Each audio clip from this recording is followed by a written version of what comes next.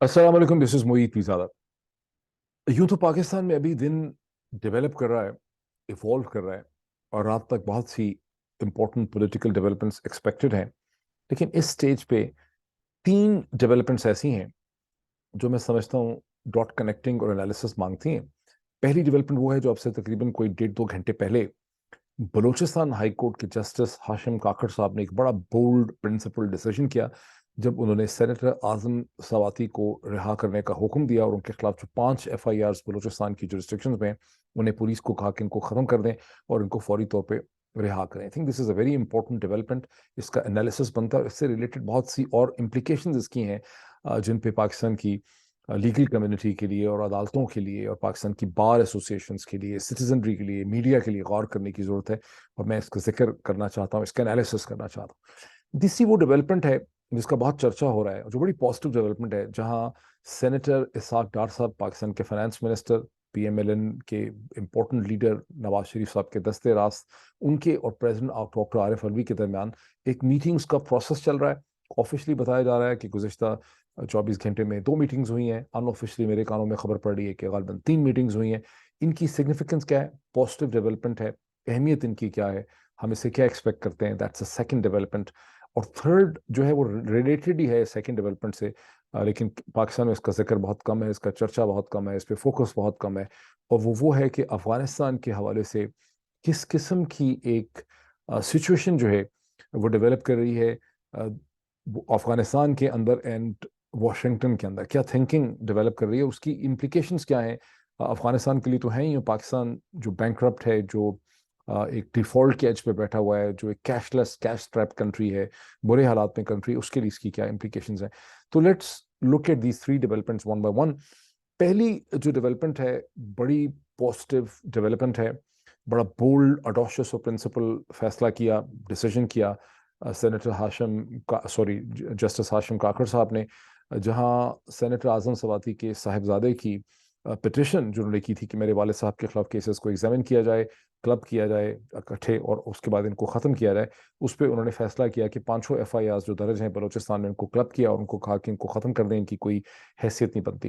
That's a very positive development. अभी ये clear नहीं है कि जिन पावर्स ने सेनेटर आजम सवाती साहब का मुंह बंद करने के लिए और उनको इम्प्रेस अपॉन करने के लिए उनको इस्लामाबाद से गिरफ्तार किया, फिर उसके बाद छोड़ा, फिर हॉस्पिटल से उठा के यहाँ ले आए, वो उनका रद्द-ए-अमल और रिएक्शन क्या होगा अगले आधे घंटे घंटे में हम ये देखेंगे कि सिंध की पुलिस पहुंच जाएगी बदीन से, पशीन से, लाड़काना से सेनेटर आजम सवाती साहब को गिरफ्तार करने के लिए, या ये वो समझेंगे कि विजडम प्रिवेल करेगी, सैनिटी प्रिवेल करेगी, और ये पावर्स ये डिसाइड करेंगी कि बहुत हो गया है, हमें इस स्टेज पे रिकॉन्सिलिएशन करनी चाहिए, कोई तस्फिया होना चाहिए। और मैं एक चीज़ कह दूं थोड़ा सा for the betterment of all, मैं समझता हूँ कि जब सेनेटर आजम सवाती साहब ने आपसे बहुत हफ्ते पहले द देन आर्मी चीफ का नाम लेके 2 ट्वीट्स किए थे, जब प्राइम मिनिस्टर शहबाज शरीफ और उनके साहिबजादे हमजा जो हैं उनको रिलीफ मिली थी करप्शन केसेस से, तो उन्होंने बड़े सख्त किस्म के चुपते 2 ट्वीट उन्होंने किए थे।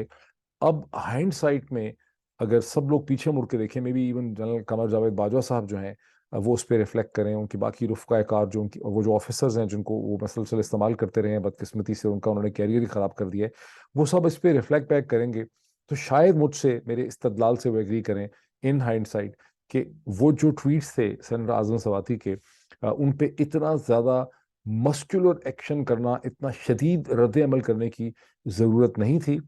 जो अगर किया जाता कि सेनेटर आजम सवाती साहब को रिस्पेक्टफुली अप्रोच किया जाता, उनको बुलाने के बजाय, जो तरीकाकार है कि आ जाओ जी दफ्तर आ जाएं, आके मिलें फलां सेफ हाउस के अंदर, उसके बजाय अगर सेनेटर आजम सवाती साहब से वक्त लिया जाता, उनको जाके ब्रीफ किया जाता, उनको कहा जाता कि जो ट्वीट्स आपने किए हैं ये हमारे हिसाब से बड़े सख्त हैं, हमारे लिए ये मसला पैदा हो जाता है, हमारी आपसे रिक्वेस्ट ये है कि इन ट्वीट्स को आप जो है डिलीट कर दें। उसके दो फायदे होते हैं।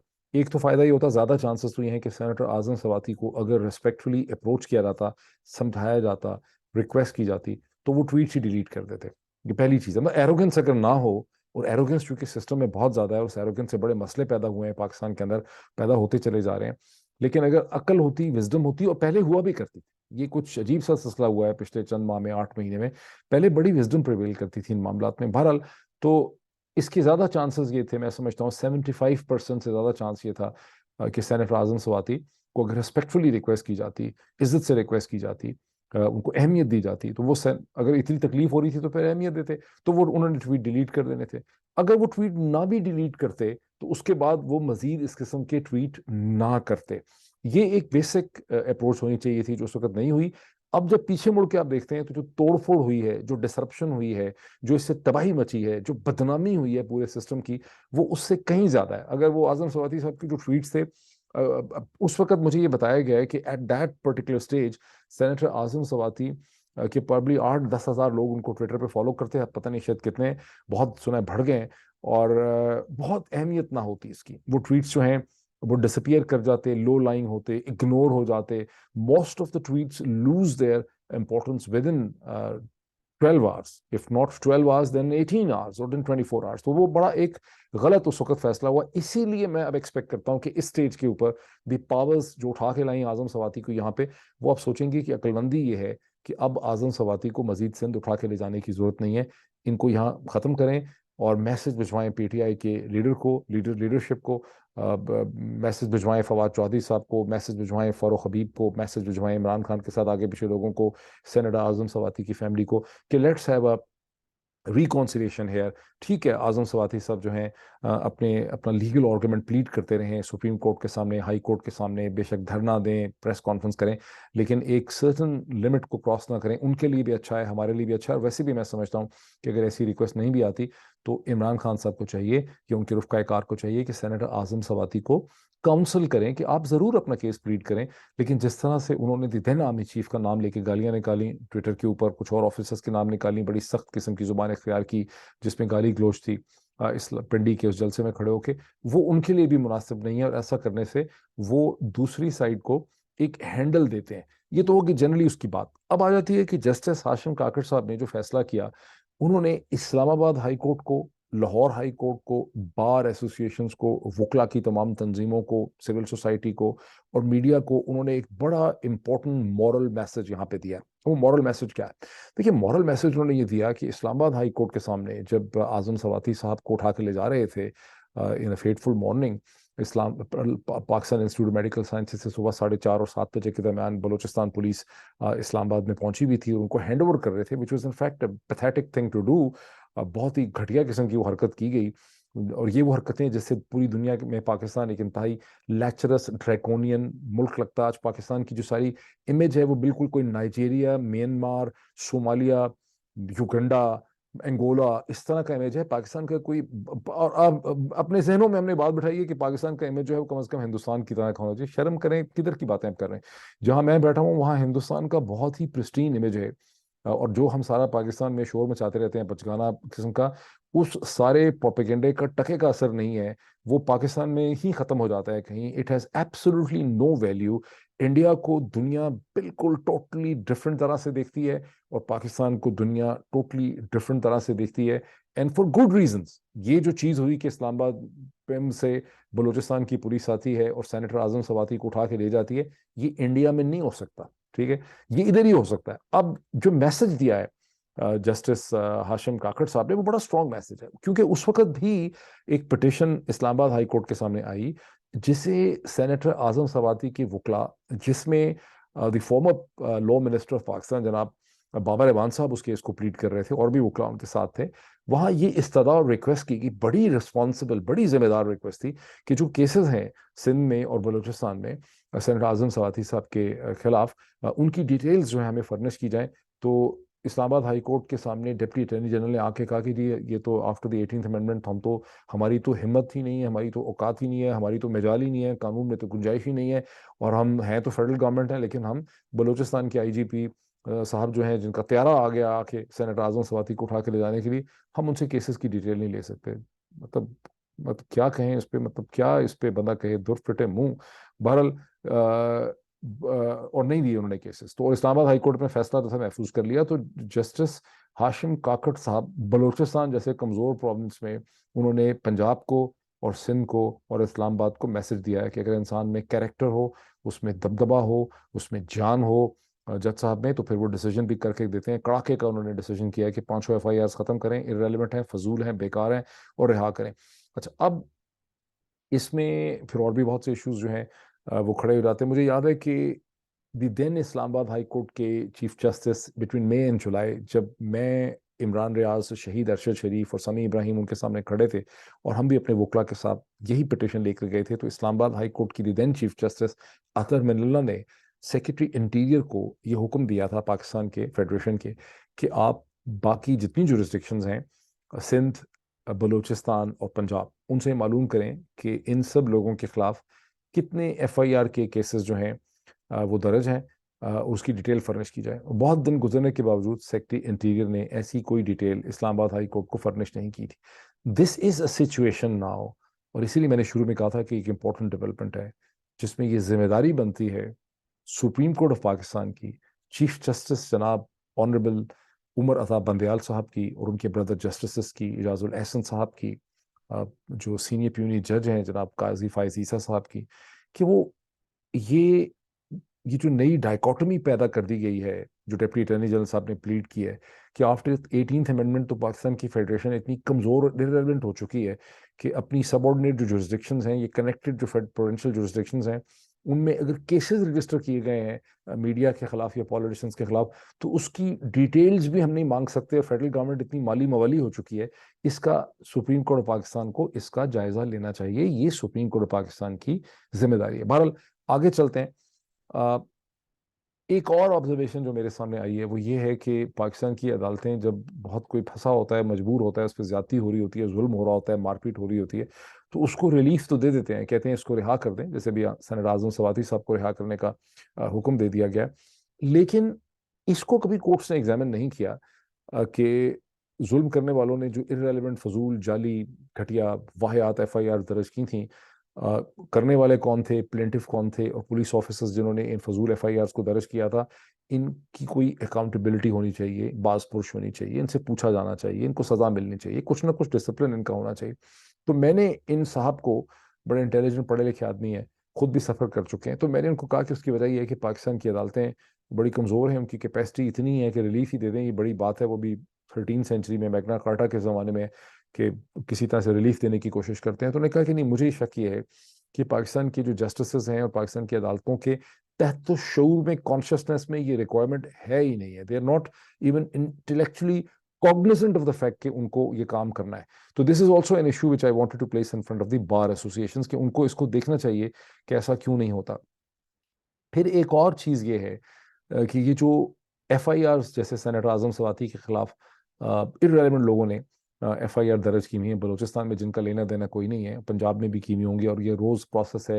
यही चीज़ इमरान रियाज के खिलाफ थी, यही चीज़ शहीद अरशद शरीफ के खिलाफ थी, यही चीज़ जमील फारूकी के खिलाफ थी, यही अभी एक एफआईआर जो है जिसका जिक्र किया है फवाद चौधरी साहब ने अपनी एक प्रेस टॉक के दरमियान, कि डॉक्टर शहबाज गिल के खिलाफ एक इररेलेवेंट आदमी ने एफआईआर जो है वो दर्ज की है। यहाँ पर मैं, मेरी रिक्वेस्ट ये है कि बार एसोसिएशंस को, ख़ास करके मैं रिक्वेस्ट करना चाहूँगा शुएब शाहीन साहब से, जो कि अभी भी प्रेसिडेंट हैं इस्लामाबाद बार एसोसिएशन के, कि उनको एक पिटिशन लानी चाहिए अलॉन्ग विद अदर इम्पोर्टेंट जो वकला हैं, उनके साथ मिलके इन front of the supreme court of Pakistan, कि सुप्रीम कोर्ट ऑफ पाकिस्तान की ये जिम्मेदारी है कि वो एक टेस्ट इस्टेब्लिश करें, जिसको लॉ की लैंग्वेज में कहते हैं, और वो टेस्ट इस्टेब्लिश करें पुलिस ऑफिसर्स के लिए, जो एसएचओज हैं, इंस्पेक्टर्स हैं, जो थाने में बैठे होते हैं, जो मुहर्रर होता है जिसने एफआईआर दर्ज करनी होती है, कि एफआईआर दर्ज करने के डूज एंड डोंट्स क्या हैं। क्योंकि चंद दिनों से हम देख रहे हैं कि जैसे कि फवाद चौधरी ने दोबारा अपनी प्रेस टॉक में जिक्र किया, वो पंजाब की बात कर रहे थे, परवेज इलाही की बात कर रहे थे, परवेज इलाही के लिए मैसेज दे रहे थे कि परवेज इलाही और पीएमएल की कोई फैसला करना होगा कि अगले इलेक्शन में उनको पीटीआई के साथ चलना है या नहीं चलना, बिकॉज अगर वो असेंबली नहीं तोड़ेंगे तो फिर हमारी राहें और रास्ते जो हैं वो जुदा हो जाएंगे। मैं उसके अंदर नहीं इस वक्त जाना चाह रहा कि वो तोड़ेंगे कि नहीं तोड़ेंगे। वहां उन्होंने ये कहा कि उनसे सवाल पूछा गया तो उन्होंने अपनी बेबसी को एक्नॉलेज करते हुए ये कहा कि पंजाब के अंदर इमरान खान बावजूद अपनी हुकूमत होने के पुलिस से अपनी एफआईआर जो है वो दर्ज नहीं करा सके जिस तरह के वो दर्ज करवाना चाहते थे। हालांकि 150 साल का जो ट्रेडिशन है वो ये कि जो प्लेंटिफ या विक्टिम होता है या उसकी फैमिली जो एफआईआर दर्ज करना चाहती है अंग्रेज के ज़माने से, वो एफआईआर मानोन दर्ज करती है। और इसी तरह से 1973-74 में जब the sitting prime minister Zulfikar Ali Bhutto के खिलाफ कसूरी साहब ने अपने वालिद के कत्ल की एफआईआर थाना इचरा लाहौर में दर्ज की थी, तो वहां पर भी जो एसएचओ थाने का था उसने कहा मैं कैसे एक सिटिंग प्राइम मिनिस्टर के खिलाफ एफआईआर दर्ज कर लूं। तो उन्होंने, चूंकि वकील थे, बड़े असर्टिव और ताकतवर शख्स थे, मतलब बड़े बोल्ड आदमी थे, उन्होंने कहा कि कानून कहता है दर्ज करो, और एफआईआर दर्ज हो गई। वही एफआईआर थी जिसको बाद में बदकिस्मती से जनरल ज़ियाउल हक ने और उनके रुफ़क़ा कार ने इस्तेमाल किया प्राइम मिनिस्टर जुल्फ़िकार अली भुट्टो के खिलाफ, और उनको उस केस में फांसी हुई, जो एक अलग अलग ट्रेजेडी है पाकिस्तान की। पर लेकिन एफआईआर दर्ज होती। अब गुज़िश्ता चंद हफ्तों से हम देख रहे हैं कि जी वैसे तो इररेलेवेंट एफआईआर दर्ज हो रही हैं। शहबाज गिल के खिलाफ फिर एफआईआर दर्ज हो गई है, सेनेटर आजम सवाती के खिलाफ बलूचिस्तान और सिंध में एफआईआर दर्ज हो जाती हैं।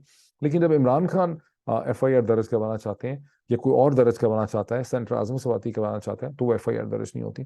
फवाद चौधरी ने प्रेस टॉक में ये भी बात की कि पीटीआई की जो कुछ वुमेन खवातीन पार्लियामेंटेरियन थी, जिन्होंने मौलाना फजल रहमान के खिलाफ एफआईआर दर्ज करना चाहिए, जो मौलाना फजल रहमान ने पिछले चंद दिनों में खवातीन के हवाले से, पाकिस्तानी औरत के हवाले से, पीटीआई की औरतों के हवाले से जो इंतहाई उन्होंने फजूल वाहियात बकवास किस्म की उन्होंने बातें की, जिसके खिलाफ एफआईआर बननी चाहिए थी। दर हकीकत जो बाकी एफआईआर बहुत सी बनाई जाती हैं जहां बहुत सी प्रोटेक्शन सीख की जा रही हैं, वो इतनी बनती नहीं है। लेकिन औरत के ऊपर इस किस्म की बात, जिस किस्म की मौलाना फजल रहमान ने बात की, तो शायद अमेरिका में भी एफआईआर दर्ज होता नहीं थी, कुछ ना कुछ हो जाना था, बरतानिया, अमेरिका, फ्रांस के अंदर भी।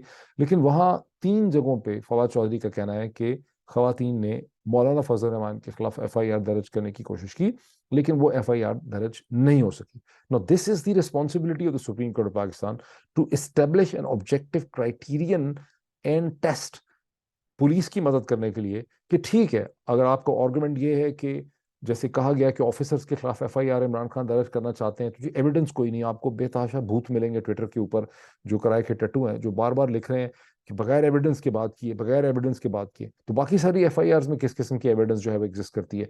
और ये जो पीका का कानून बनाया, ये भी सुप्रीम कोर्ट को देखने की जरूरत है, बिकॉज पहले तो फवाद चौधरी साहब के लिए बड़े शर्म की बात है कि जो पीका ऑर्डिनेंस 2016 था, वो फवाद चौधरी के होते हुए उसको, उसके अंदर तमाम अजीबो गरीब किस्म की चीजें और ऐड की गई जो बहुत ही क्रिमिनल नेचर की थी, जिनको फॉर्चुनेटली देन चीफ जस्टिस जो थे अतर मनल्ला, उन्होंने सस्पेंड भी कर दिया। लेकिन उसके बावजूद वो जो पावर्स हैं पीका के एक्ट की, जो फवाद चौधरी के होते हुए बना था, for which Fawad Chaudhry has to must say at some point कि मैं शर्मिंदा हूं। अगर इमरान खान बार बार ये कहते हैं कि मैंने वो चीज़ गलत की, एक्सटेंशन नहीं देनी चाहिए थी, तो फवाद चौधरी साहब को भी चाहिए कि वो खड़े होकर कहें कि जो पीका का अमेंडेड एक्ट हमने बनाया था, अब हम शर्मिंदा हैं, हम पशेमा हैं, हम समझते हैं कि हमने गलत बनाया था, हमें नहीं बनाना चाहिए था। उनके साथ बाकी भी सबको खड़ा होकर कहना चाहिए, फरूख हबीब साहब को भी कहना चाहिए, बाकी सब लोगों को भी कहना चाहिए। बहरहाल ये जो वाहियात कानून है पीका का, इसको भी एग्जामिन करने की, क्योंकि इसी को बेसिस बनाया जा रहा है इन सारी इररेलेवेंट किस्म की एफआईआर करने के लिए, जिसमें एक आदमी पशीन बदीन लाड़काना बलोचिस्तान के किसी डिस्ट्रिक्ट में, जिसने कोई टीवी प्रोग्राम देखा भी नहीं होता, ट्वीट पढ़ा भी नहीं होता, जो ट्वीट को समझ भी नहीं सकता, वो एक लिखी लिखाई एफआईआर जो है वो दर्ज कर देता है। तो ये जो चीज़ है कि एफआईआर कौन सी एफआईआर दर्ज हो सकती है, कौन सी नहीं हो सकती, ये सवाल खड़ा हो गया। अब ये अगर सुप्रीम कोर्ट ऑफ पाकिस्तान इसको एड्रेस नहीं करती, तो अपनी बहुत बड़ी जिम्मेदारी से सुप्रीम कोर्ट भी पीछे हट रही है। और बार एसोसिएशंस की तो ये खास करके जिम्मेदारी है, शुएब शाहीन साहब इस्लामाबाद बार एसोसिएशन के प्रेसिडेंट हैं, उनको चाहिए, और जुबैरी साहब इस वक्त सुप्रीम कोर्ट बार एसोसिएशन के प्रेसिडेंट हैं, उनकी जिम्मेदारी है कि इस इंपॉर्टेंट इशू को लेकर जाएं इन front of the chief justice honourable जनाब उमर था बंदयाल साहब, who is a very good man. और वो उनको चाहिए कि इसको एग्जामिन करें कि ये, मैं तो बड़ी लीगल किस्म की बात कर रहा हूँ, मैं तो कोई इमोशनल बात कर ही नहीं रहा, कोई रेटरिक की बात कर ही नहीं रहा, ये लीगल रिस्पॉन्सिबिलिटी है। कॉन्स्टिट्यूशनल कोर्ट है Pakistan, supreme court of Pakistan is the apex constitutional court, जिसका काम ही है कि जो कॉन्स्टिट्यूशनल इश्यूज पैदा होते हैं, जो कॉन्ट्रडिक्शन और तजाद पैदा होता है, उसको एग्जामिन करे। तो this is the responsibility of the supreme court of Pakistan to look into it, this contradiction जो कि अब हमारे चेहरों के सामने खड़ी है। तो ये तो पहली जो है सारी बहुत डिटेल से मैंने इसकी इसकी बात कर ली। नाउ द सेकंड इशू जो मैं आपके सामने लाना चाहता हूँ, वो है रिलेटेड वेरी इंपॉर्टेंट मीटिंग्स, जो कि कहा जाता है कि 2 हुई हैं, मेरे हिसाब से 3 हुई हैं, बिटवीन इसाक डार साहब एंड द प्रेसिडेंट पाकिस्तान जनाब डॉक्टर आरिफ अलवी। बहुत पॉजिटिव डेवलपमेंट है। एक मीटिंग उस वक्त भी हुई थी नवंबर के आखिरी हफ्ते में, before the appointment of the new chief. उसने भी बहुत सी चीज़ों को क्लियर करने में, एक ट्रस्ट बिल्डअप करने में, एक मैटर्स को अंडरस्टैंड करने में, एक कंसेंसस डेवलप करने में रोल प्ले किया। इस वक्त की जो मीटिंग्स हैं, ये एक बड़ा इंपॉर्टेंट ब्रिज है, क्योंकि अभी इसका कोई आउटकम डेफिनेटिव नहीं सामने आया, हो सकता है कई दिन और लग जाए बिफोर एन आउटकम इमर्जेस। लेकिन these meetings between Ishaq Dar जो दस्ते रास्त और कॉन्फिडेंट हैं, more than Shehbaz Sharif, of Nawaz Sharif and Maryam, इनके दरमियान, और प्रेसिडेंट डॉक्टर आरिफ अलवी जो रिप्रेजेंट करते हैं पॉलिटिकली इमरान खान को, ये मीटिंग्स बहुत इंपॉर्टेंट है। और it's important to appreciate and praise president doctor Arif Alvi की जिस तरह से उन्होंने प्रेसिडेंट के ऑफिस को गुज़िश्ता चंद महीनों में कंडक्ट किया है, जो सोबराइटी, जो ग्रेस वो लेकर आए हैं इस ऑफिस के अंदर, that is unparalleled in history. Because इससे पहले एक प्रेसिडेंट जो था वो डिसफंक्शनल होता था, कमज़ोर होता था, पर्सनैलिटी नहीं होती थी, वैसे ही लगाया हुआ होता था सेरेमोनियल। लेकिन और उसकी एक वजह ये भी थी कि उसी पार्टी का होता था, तो जाहिर है कि वो पार्टी के सामने नहीं स्टैंड लेता था। लेकिन यहाँ चूंकि अक्रॉस द डिवाइड आ गए हैं प्रेसिडेंट डॉक्टर आरिफ अलवी, तो बड़ा अच्छा उन्होंने हैंडल किया। और इस वक्त वो पीटीआई और पीडीएम की जमातों के दरमियान, खास करके पीएमएल और पीटीआई के दरमियान, जो एक रिलेशनशिप और कम्युनिकेशन ऑफ ट्रस्ट बिल्डअप करने में एक रोल प्ले कर रहे हैं, बड़े सोबर तरीके से रोल प्ले कर रहे हैं। दैट इज बहुत इंपॉर्टेंट है। This dialogue must continue. अब इस डायलॉग के नीचे जो चीज़ चल रही है वो है पाकिस्तान की economy, which is also related to my third point. लेकिन इकोनॉमी, अफगानिस्तान इकोनॉमी जो है, इसहाक डार, पीएमएलएन और पीडीएम मजबूर ही इसलिए हुए हैं to reach out to the president and basically to reach out to the PTI and Imran Khan, के हो सकता है उनको कहा भी जा रहा हो कि इकोनॉमी की तो सूरत हाल आपको पता ही है सारों को, कि 6.5 बिलियन डॉलर से कम के रिजर्व्स हैं, जो एक महीने की इंपोर्ट्स जो है पाकिस्तान की, उनके लिए भी बमुश्किल ही काफ़ी होंगे। और इंपोर्ट्स कोई क्यूटिक्स और नेल पॉलिश नहीं आती, ये लड़कियों के टी शर्ट्स नहीं आती पाकिस्तान में। अक्सर मीडिया इस तरह का इंप्रेशन क्रिएट करता है कि कोई यहाँ पे टेस्ला की कारें आ रही हैं इलेक्ट्रिक। पाकिस्तान में एसेंशियली तौर पे एनर्जी इंपोर्ट्स उसका सबसे बड़ा बिल है, जिसमें पेट्रोलियम है, पेट्रोलियम प्रोडक्ट्स हैं, गैस है, और फिर आगे ये रिक्वायर्ड है for building up the electricity, for developing making electricity. और ये इन जो पेट्रोलियम प्रोडक्ट्स हैं, ये चाहिए उस पूरी ट्रकिंग लॉजिस्टिक मूवमेंट को, जो पोर्ट्स से इंपोर्टेड गुड्स को और कराची से और बाकी बड़ी फॉर्म मार्केट से अशिया खुर्दोनोश को और ज़रूरत की चीज़ों को दूसरे शहरों में पहुंचाया जाता है इन अ लार्ज कंट्री जिसकी आबादी 250 मिलियन या 25 करोड़ के करीब होगी। अगर ये इंपोर्ट्स रुक जाती हैं, पेमेंट्स नहीं होती हैं, जैसे कि ऑलरेडी एलसीज के खुलने में दुश्वारी हो रही है, सो मच हो कि डिफेंस ऑर्गेनाइजेशंस को भी दुश्वारी हो रही है। गूगल पे की पेमेंट पाकिस्तान पता नहीं अब कर पाया 30 मिलियन डॉलर्स की कि नहीं। आयाटा ने क्लेम किया है कि 225 मिलियन डॉलर्स की पाकिस्तान ने एयरलाइंस की जो पेमेंट्स रोकी हुई हैं वो करनी है। तो ये एक पूरा क्राइसिस जो है ना वो बिल्डअप हो रहा है। ये क्राइसिस जो है इसको लोग समझ सकते हैं जो पढ़े लिखे हैं, लेकिन बहुत से लोगों को अदराक नहीं है कि किस किस्म का क्राइसिस खड़ा हो रहा है। और गवर्नमेंट को मेरा ख्याल इसके अंडरस्टैंडिंग हो गई है, एटलीस्ट एस्टैब्लिशमेंट को हो गई है, कि इस क्राइसिस का हल निकालना है। और इस क्राइसिस में इसका हल ऐसे करके निकलने लगेगा जो पॉलिटिकल ट्रस्ट पैनल होने लग जाएगा। और जैसे ही इलेक्शन की डेट सामने आएगी, तो जो इन्वेस्टर है इंटरनल है और जो एक्सटर्नल है, जो स्टेक होल्डर्स हैं इकोनॉमी के, वो कॉन्फिडेंट फील करेंगे कि सोल्यूशंस जो हैं वो इमर्ज कर रहे हैं। और सोल्यूशन किसी केयर टेकर गवर्नमेंट से इमर्ज नहीं करेंगे, बिकॉज बिजनेस कम्युनिटी उसके ऊपर ट्रस्ट नहीं कर सकेगी। ये आइडिया लोग मुसलसल प्लीड कर रहे हैं, लेकिन केयर टेकर गवर्नमेंट को फिर इस्टेब्लिशमेंट की मदद की जरूरत होगी। और अब जो मौजूदा इस्टेब्लिशमेंट है उसके पास इतनी मॉरल अथॉरिटी बची ही नहीं है कि वो एक केयर टेकर गवर्नमेंट साल 2 साल की बिठा सके, इसलिए इलेक्शन तो बहुत जरूरी है। सो Ishaq Dar, PDM and PMLN are compelled because of the economy to reach out for this dialogue, जिसका आउटकम हमारे सामने आना है, but it's a positive development, which brings us to a dangerous development, which is the third development, and that is why I should have requested you to watch this vlog toward the end. लोग 50-60% ज़्यादा देखते नहीं। अफगानिस्तान के हवाले से खासी तशवीशनाक dangerous situation जो है वो एक बार फिर डेवलप कर रही। अब मैं कुछ स्क्रीन शेयरिंग जो है आपसे करना चाहता हूं। Let me try if I can do this.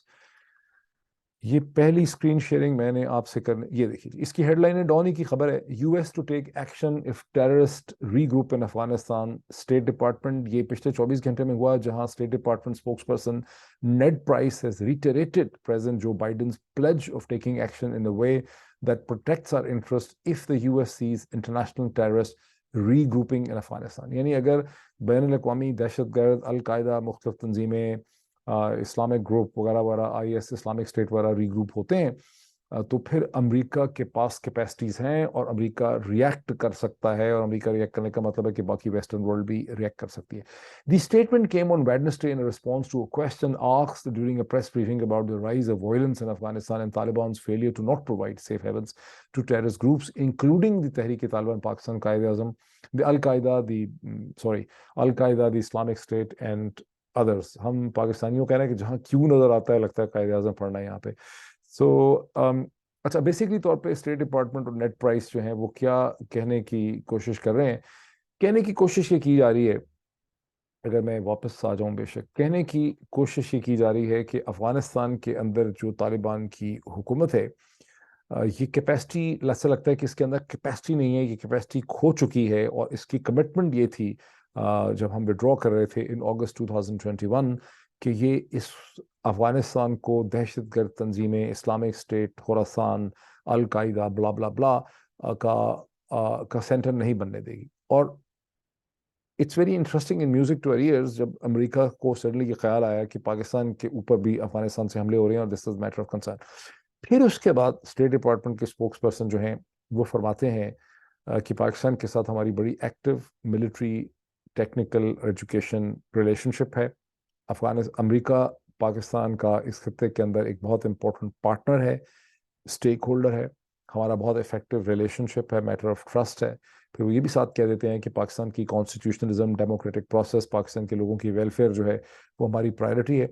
लेकिन वो कहते हैं कि हम अमेरिका के साथ, पाकिस्तान के साथ मिलकर काम कर सकते हैं. No, here are some very troubling thoughts. उसकी वजह ये है कि पाकिस्तान में भी गुज़िश्ता चंद हफ्तों में आप देखते हैं कि ये क्लेम किया जा रहा है और उसकी एविडेंस भी एग्जिस्ट करती है कि टीटीपी की जो प्रेजेंस है उसने पिछले 8-10 हफ्ते में पाकिस्तान में ग्रो किया है. फिर कुछ हमले भी हुए हैं जिसमें जानी लॉस भी हुआ है. फिर अलकायदा ने पाकिस्तान के खिलाफ एक ऐलान जंग का ऐलान कर दिया. ये सब डेवलपमेंट्स को इकट्ठा करके, डॉट कनेक्टिंग करके देखना चाहिए, बिकॉज इससे ये पता चलता है कि अफगानिस्तान के हवाले से, तालिबान के हवाले से, जिनको 15 अगस्त 2021 के बाद दुनिया की कोई भी कंट्री, गवर्नमेंट रिकग्नाइज नहीं कर सकी.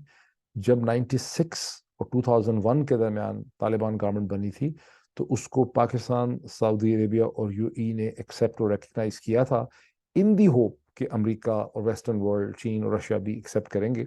यहाँ पर भी तवक्को थी कि Pakistan will be able to bring around China, Russia, central Asian republics, Iran to recognize. एक प्रोसेस शुरू होगा, उसके बाद फिर शायद सऊदी अरब, यूएई उसका हिस्सा बन सकेंगे. कतर से एक्सपेक्टेड था, लेकिन आपने देखा है कि 1 बरस और 5 महीने, अब तकरीबन 4-5 महीने हो चुके हैं गो के तालिबान की गवर्नमेंट एडमिनिस्टर कर रही है. उन्होंने इकोनॉमी को भी मैनेज किया है, लॉ एंड ऑर्डर को भी बहुत अच्छा मैनेज किया है, और बावजूद उसके कि उनके पैसे रोके गए उन्होंने चीज़ें मैनेज की हैं. लेकिन उनको किसी गवर्नमेंट ने रिकग्निशन नहीं दी. ये सिचुएशन इनडेफिनेटली नहीं चल सकती. अब मैं आपसे कुछ स्क्रीन शेयरिंग मजीद करता हूँ. Let me share the screens to you. ये तो वही है, लेकिन इसके अलावा जो मुझे शेयर करनी है वो ये करिए. ये एक गूगल में अगर आप सिर्फ अफगानिस्तान लिखते हैं, ये देखिए, ये मैंने गूगल में अफगानिस्तान लिखा और मैंने न्यूज़ सेलेक्ट किया. मैं न्यूज़ सेलेक्ट करता हूँ तो आपको क्या खबरें मिलती हैं. Taliban carry out first public execution since returning to power in Afghanistan. Taliban carries out, this is CNN. फिर Al Jazeera, Taliban carries out first public execution since Afghan take over. Taliban carry out first public execution, this is Guardian. फिर क्या है, Taliban office 27 public people lashed in public in Afghanistan. ABC News, American Broadcasting. 27 public, Fox News. Gandhara, Taliban lashes 17. फिर नीचे आप देखें, Biden investigation, Republicans probe US withdrawal from Afghanistan. 2 दिन पहले, these Afghans had to start over. ये अमेरिका में जो, why are you silent? Student denied. Women silenced by men after complaining about life in Taliban control Afghanistan. New film Retrograde, 7 killed in North Afghanistan. Al-Qaeda leaders use Afghanistan as a safe haven. ठीक. अब मैं आपको एक और चीज दिखाता हूँ. ये इसे कहते हैं, this is an FDD's Long War, very important publication. FDD stands for I think for the democracies. इसमें ये पूरी डिटेल दी गई है कि कैसे तालिबान डिनाई तो कर रहे हैं कि लेकिन वहाँ पे अलकायदा की प्रेजेंस नहीं है, लेकिन 43 लोग मारे गए हैं, पकड़े गए हैं, ब्ला ब्ला ब्ला. और यहाँ पर सारे के सारे जो हैं बैठे हुए हैं। This is foundation for defence of democracy, long wall journal इनका, ठीक। बॉटम लाइन क्या है? बॉटम लाइन ये है कि दोबारा से एक नैरेटिव बन रहा है कि अफगानिस्तान का कुछ ना कुछ करने की ज़रूरत है। अभी ये नैरेटिव अपने इनिशियल स्टेजेस में है, लेकिन इसमें बहुत तेज़ी से इजाफा हो रहा है। और अफगानिस्तान के अंदर जो तालिबान गवर्नमेंट है, क्योंकि उसने लॉ एंड ऑर्डर को बहुत अच्छा मेंटेन किया है, और ये तो सब मान रहे हैं, वेस्टर्न जर्नल्स भी मानते हैं कि पहले के मुकाबले में जो लॉ एंड ऑर्डर सिचुएशन थी बिफोर अगस्त 2021, उसमें बहुत इजाफा हुआ है। लोगों की ज़िंदगी बहुत महफूज है, ट्रैफिक महफूज है, लॉजिस्टिक महफूज है, ट्रेड रूट्स महफूज हैं, भत्ता नहीं लिया जा रहा, मारपीट नहीं हो रही, कत्लो गारत नहीं हो रही, लोग एक दूसरे को नहीं मार रहे। लेकिन एट द सेम टाइम जो ओवरऑल नैरेटिव है अफगानिस्तान के बारे में, वो नेगेटिव से नेगेटिव ही हो रहा है। औरतों के हवाले से, बच्चों के एजुकेशन के हवाले से, वो तो वैसे भी बहुत बड़ा फेलियर है अफगान तालिबान का, जो वो कंसेंसस डेवलप नहीं कर सके because of being ultra conservative, के लड़कियों को स्कूल और कॉलेज जाने की ज़रूरत है, और वो उसको बिल्कुल उसको प्रोवाइड नहीं कर पाए। ये बहुत बड़ा उनका फेलियर है। लेकिन इससे बड़ा जो उनका एक फेलियर सामने आया है कि for reasons of internal political consensus making, जो हैबतुल्लाह अखुंजादे हैं, जो उनके अमीर हैं, उन्होंने नवंबर के वस्त में ये हुक्म दे दिया वहाँ की जुडिशरी को, जज साहिबान को, कि आप स्ट्रिक्ट इस्लामिक पनिशमेंट्स दें, जिसके नतीजे में पहली पब्लिक एक्सिक्यूशन एक शख्स की हुई, जिसको जिसको जिसको उसने कत्ल किया था, उसके बाप ने उसको 3 या 4 दफा एक स्टेडियम के अंदर, एक स्पोर्ट्स स्टेडियम के अंदर उसको गोली मारी, ठीक। अब सजाए मौत पे तो कम एतराज हो सकता है, सजाए मौत होनी चाहिए थी, लेकिन जो पब्लिक एक्सिक्यूशन है, और ये पब्लिक एक्सिक्यूशन शुरू कर देना, लैशेस, औरतों को मारना, ये सब इसलिए हो रहा है कि अफगानिस्तान के अंदर जो अल्ट्रा कंजर्वेटिव सपोर्ट बेस है, अखुनजादे हैबत जो हैबतजादा अखुनजादे हैं, और उनके साथ जो डिफरेंट फैक्शंस हैं जो टुगेदर अफगान तालिबान को कॉन्स्टिट्यूट करते हैं, उनको एक इंटरनल कंसेंसस चाहिए। और इस इंटरनल कंसेंसस में वो ज़्यादा से ज़्यादा टूवर्ड इस्लामिस्ट टेंडेंसी और या एक्सट्रीमिज्म की तरफ मूव कर रहे हैं। और ये वो एक्सट्रीमिज्म है जो आउटसाइड फोर्सेस को, जो पहले ही खिलाफ हैं तालिबान हुकूमत के, उनको मौका दे रहे हैं कि वो कुछ ना कुछ उनके खिलाफ करने के बारे में सोचें। This is a huge failure. अब इस ह्यूज फेलियर में पाकिस्तान कहाँ फिट होता है? Pakistan is a bankrupt, cash strapped country, जो डिफॉल्ट के वर्ज पे खड़ा है। अगर अफगानिस्तान में दोबारा से दहशतगर्द तंजीमों के खिलाफ एक एक्शन या क्रैकडाउन की कहानी चल पड़ती है, तो पाकिस्तान पहला नेट प्राइस का वो स्टेक होल्डर होगा, जिसको कहा जा रहा है कि हमारा बड़ा ज़बरदस्त बायलैटरल रिलेशनशिप है, military to military and all that, और हमारा तो बहुत बड़ा स्टेक होल्डर है, जिससे एक्सपेक्ट किया जाएगा कि पाकिस्तान उसमें शामिल हो जाए। और पाकिस्तान के अंदर भी हो सकता है लोग सोचें कि this is the way to improve our budget and a financial situation. I think it's a very dangerous situation. इसके लिए पाकिस्तान की पॉलिटिकल पार्टीज को, सिविल सोसाइटी को, मीडिया को सोचना चाहिए। सोच कोई नहीं रहा। मैंने सारे टीवी चैनल देखे, किसी को दूर तक किसी को खबर नहीं है कि क्या डेवलपमेंट हो रही है। It is the right time to basically forge a consensus कि हमें किसी नई जंग का हिस्सा नहीं बनना। और जिस तरह से हिना रवानी खर साहिबा को भेजा गया था और वो बगैर दुपट्टे के वहां गई थी, बड़ा अच्छा था। बिलावल भुट्टो ने भी बड़ा सही नोट किया, इंडिया के लोगों ने भी नोट किया कि बड़ा अच्छा उनका ये फैसला था कि वो बगैर दुपट्टे के गई। Pakistan needs to talk to the Afghan Taliban and tell to the खोपड़ी में डालने की जरूरत है कि खतरात डेवलप कर रहे हैं, हमारे साथ भी आप जो कुछ कर रहे हैं वो भी ठीक नहीं है।